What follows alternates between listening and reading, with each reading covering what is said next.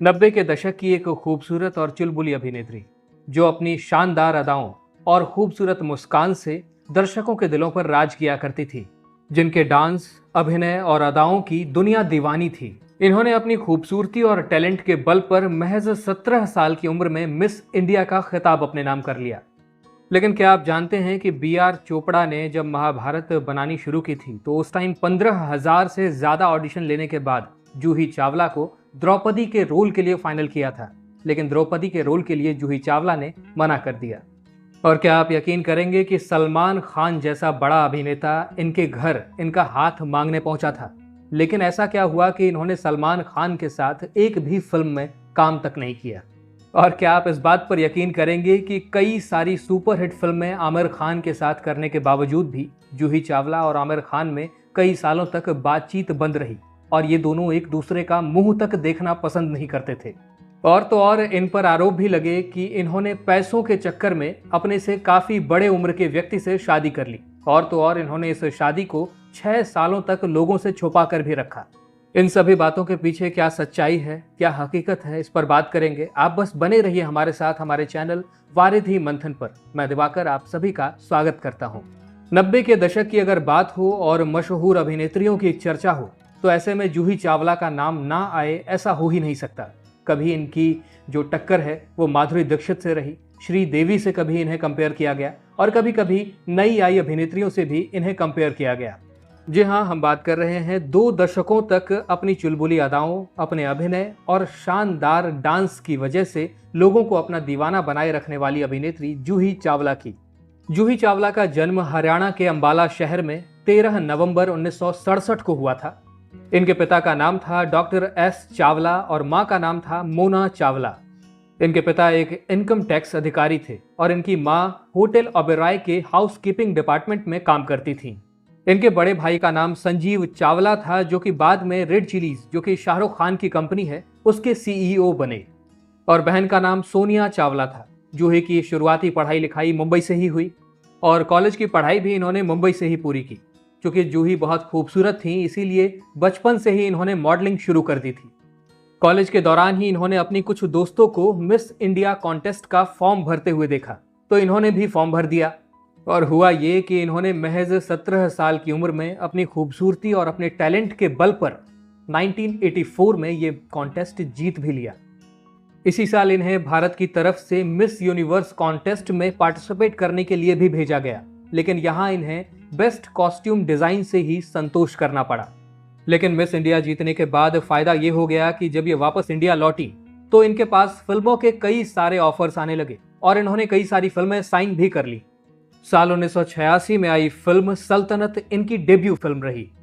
इस फिल्म में इन्होंने धर्मेंद्र, सनी देओल और श्रीदेवी जैसे सितारों के साथ काम किया और इस फिल्म में इनके हीरो थे शशि कपूर के बेटे करण कपूर। लेकिन अफसोस कि ये फिल्म कुछ खास कमाल ना दिखा सकी और इन्हें भी इस फिल्म से ज्यादा फायदा ना हो सका। पहली फिल्म अगर फ्लॉप हो जाए तो आगे काम मिलना बड़ा मुश्किल हो जाता है। ऐसे में इन्होंने साउथ इंडस्ट्री का रुख किया और वहां 2 फिल्में की।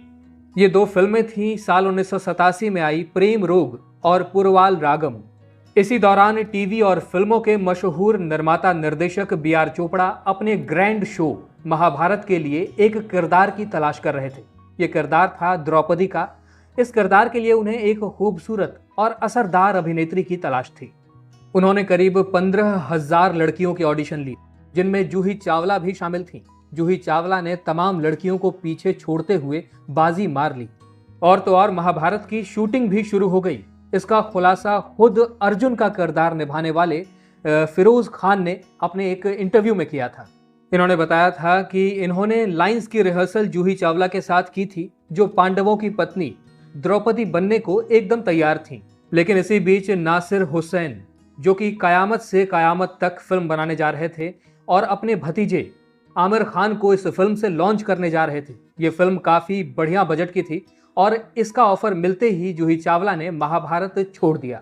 हालांकि ये दोनों ऑफर्स बड़े थे और ऐसे में अगर किसी अभिनेता के पास इस तरह के दोनों बड़े ऑफर्स आ जाएं तो कंफ्यूजन तो रहता ही है। फिल्म जानकार बताते हैं कि जूही चावला बी.आर. चोपड़ा के पास गई थी और उन्होंने ये बात बी.आर. चोपड़ा से बताई थी और बी.आर. चोपड़ा ने खुद ही जूही चावला को ये सलाह दी थी कि वो फिल्म का चुनाव करें।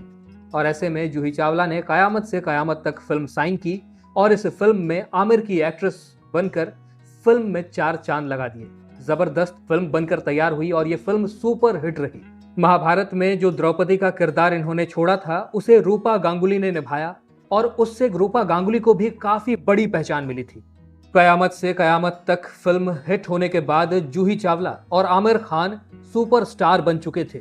इस फिल्म के लिए जूही चावला को उसी साल शुरू हुए एक नए award lux new face of the year के अवार्ड से भी नवाजा गया था।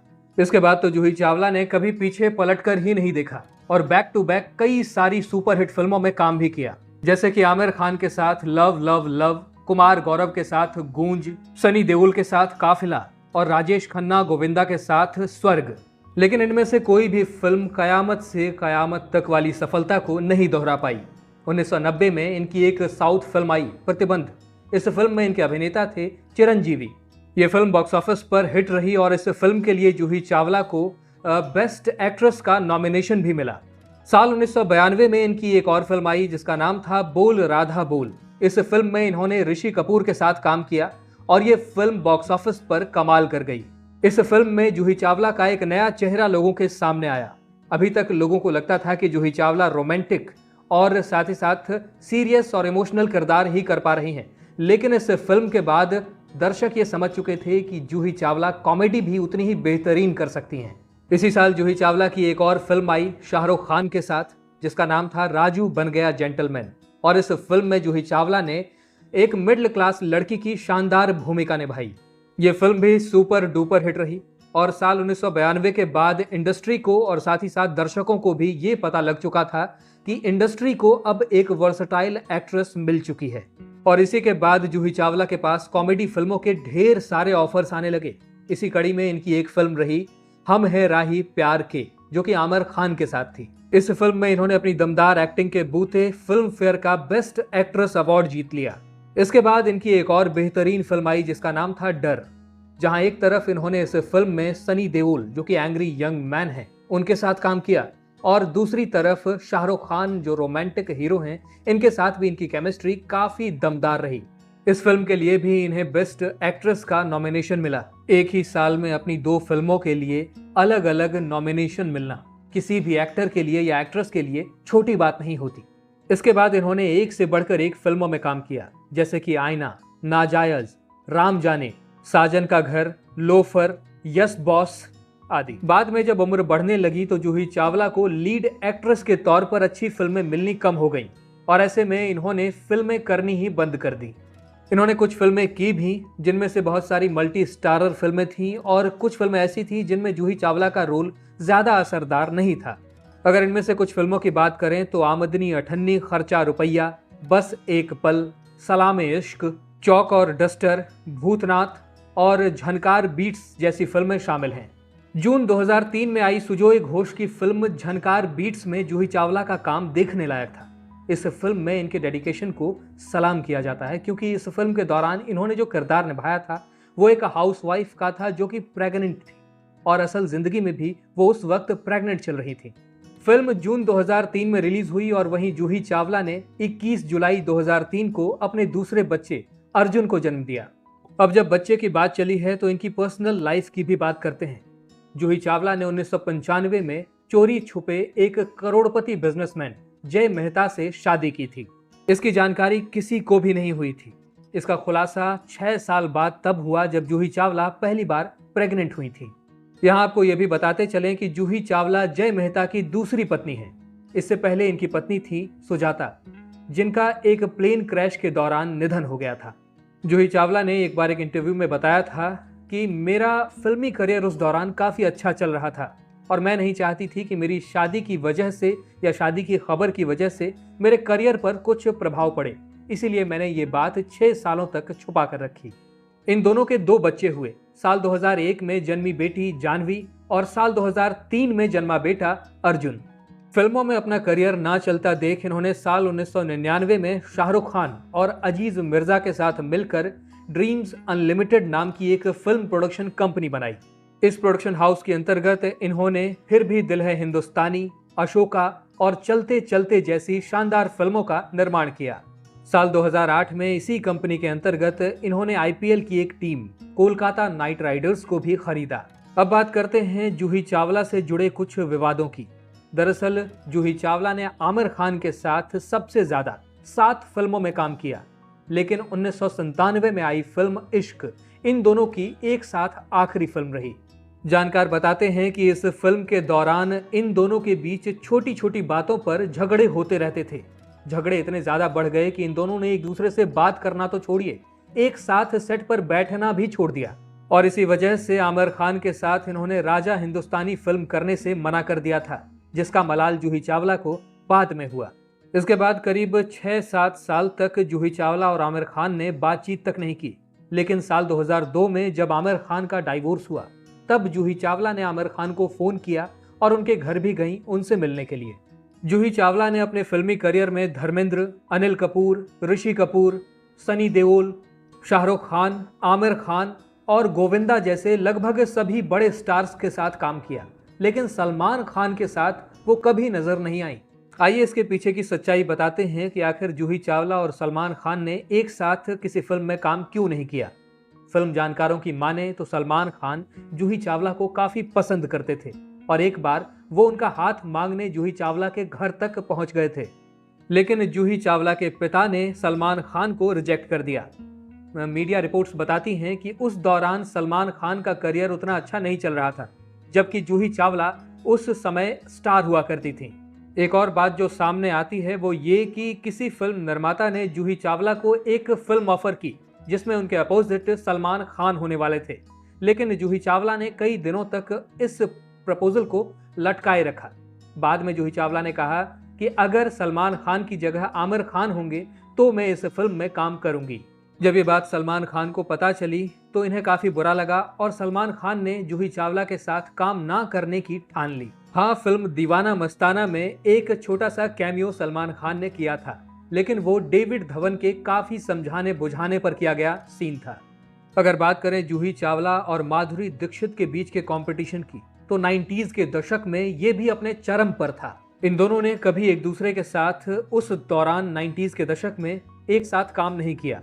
जानकार बताते हैं कि ये दोनों एक दूसरे से बात तक नहीं करती थीं। और जानकार ये भी बताते हैं कि ब्लॉकबस्टर फिल्म दिल तो पागल है को जूही चावला ने मना कर दिया था, क्योंकि इस फिल्म में लीड में माधुरी दीक्षित थी। हालांकि लगभग एक दशक बाद साल 2014 में दोनों एक साथ गुलाब गैंग नाम की एक फिल्म में नजर आईं। अगर बात करें छोटे पर्दे पर किए गए काम की, तो जूही चावला ने 1995 में आदित्य पंचोली के साथ महाशक्ति नाम के एक टीवी सीरियल में काम किया था। इसके बाद इन्होंने बतौर जज झलक दिखलाजा नाम के एक रियलिटी शो में भी काम किया था। इन्होंने ओटीटी प्लेटफॉर्म पर आए एक वेब सीरीज में भी एक कैमियो किरदार निभाया था। इस वेब सीरीज का नाम था द टेस्ट केस। और साल 2022 में आयशा जुल्का के साथ आई इनकी वेब सीरीज हश हश में भी काम किया।